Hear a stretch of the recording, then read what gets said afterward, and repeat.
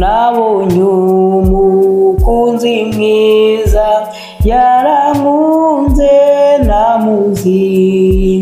yamfatishije umugozi ari rwo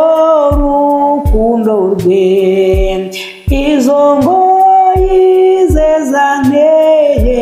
kubimbataye rwose ngenduwe nawe n'uwanjye kugeza iteka ryose ngenduwe nawe n'uwanjye kugeza iteka ryose nabonye umukunzi mwiza yarankunze namuzi yamfatishije umugozi ari rwo rukundo rwe izo ngoyi ze zanteye kubimbataye rwose ngenduwe nawe n'uwanjye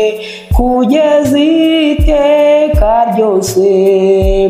nabonye umukunzi mwiza kera yarampfiriye yaranguza mu bugingo nawe yaranyihaye none ibintu mfite byose ntabwo nabigundira ibyo ntunze nanjye ubwanjye n'iby'uwo mucunguzi ibyo ntunze nanjye ubwanjye n'iby'uwo mucunguzi nabonye umukunzi mwiza kera yarampfiriye yaranguza mu bugingo nawe yaranyihaye none ibintu mfite byose ntabwo nabigundira ibyo ntunze nanjye ubwanjye n'iby'uwo mucunguzi ibyo ntunze nanjye ubwanjye n'iby'uwo mucunguzi nabonye umukunzi mwiza byose arabishoboye ajya ndinda akaga kose mu nzira ijya mu ijuru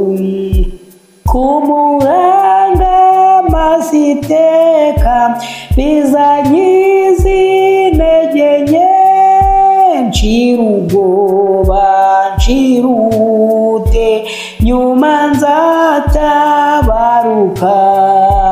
ncira ubwoba ncira ubute nyuma nzatabaruka nabonye umukunzi mwiza byose arabishobora ajya ndinda akaga kose mu nzira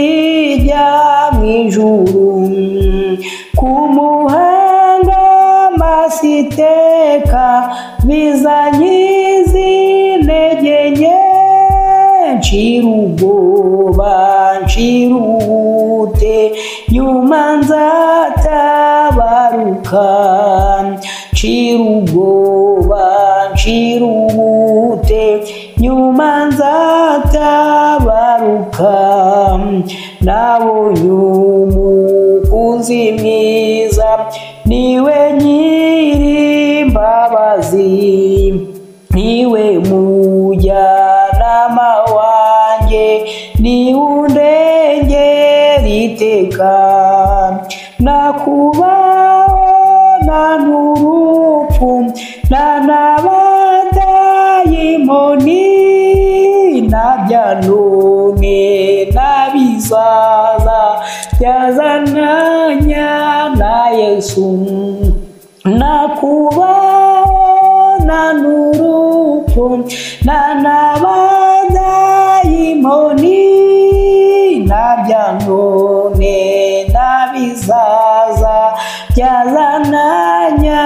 na Yesu nabya none nabizaza byazananya na Yesu